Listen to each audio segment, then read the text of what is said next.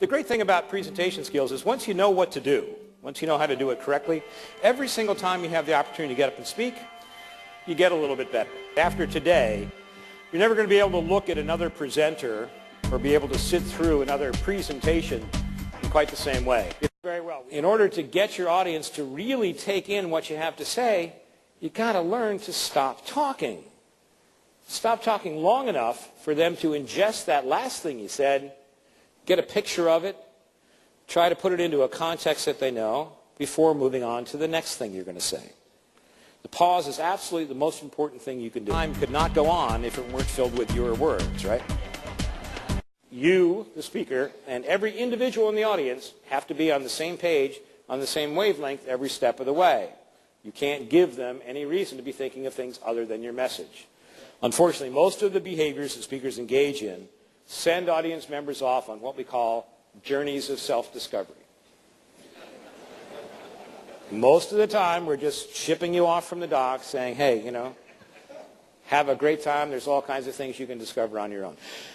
People only start to listen after you stop talking. Well, sometimes when we speak, we tend to look down the whole time like this, hoping there's notes on the podium or the floor. Sometimes when we speak, we look up like this, hoping we'll find divine inspiration. But for the most part, people tend to do just this, spray the audience with their vision, never holding eye contact for more than a second at a time. The problem is, although we were told to do it this way, we told what to do, nobody really told us how to do it. Okay, you're never talking to a group of individuals. You're always speaking to the individuals in the group. If your eyes aren't locked, your jaw must be. And then we were also told, and this is going to be a very important part of your grade, so don't mess it up, right? And then what do we know of many of us that, oh, that's right, we didn't read the book. And so now we're not prepared. We're not that old prepared thing. And, oh, wow, the whole process started. And that, for many of us, was our very first fear memory. People ask me, what's the greatest number of people you've ever delivered to? And I say, one. Because that's what I do. I'm never speaking to more than one person at a time. And again, the more comfortable you feel, the more comfortable the audience is going to feel because they're empathizing with you. And the more comfortable they are, the more likely they are to uptake your message.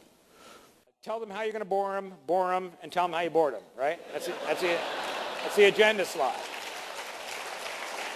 Successful presentation is always going to come when you approach it in not the least prepared way, but the least practiced way. You don't want to be practiced because it's going to flatten out your delivery. A flattened delivery has less passion, and it's passion that people come to hear.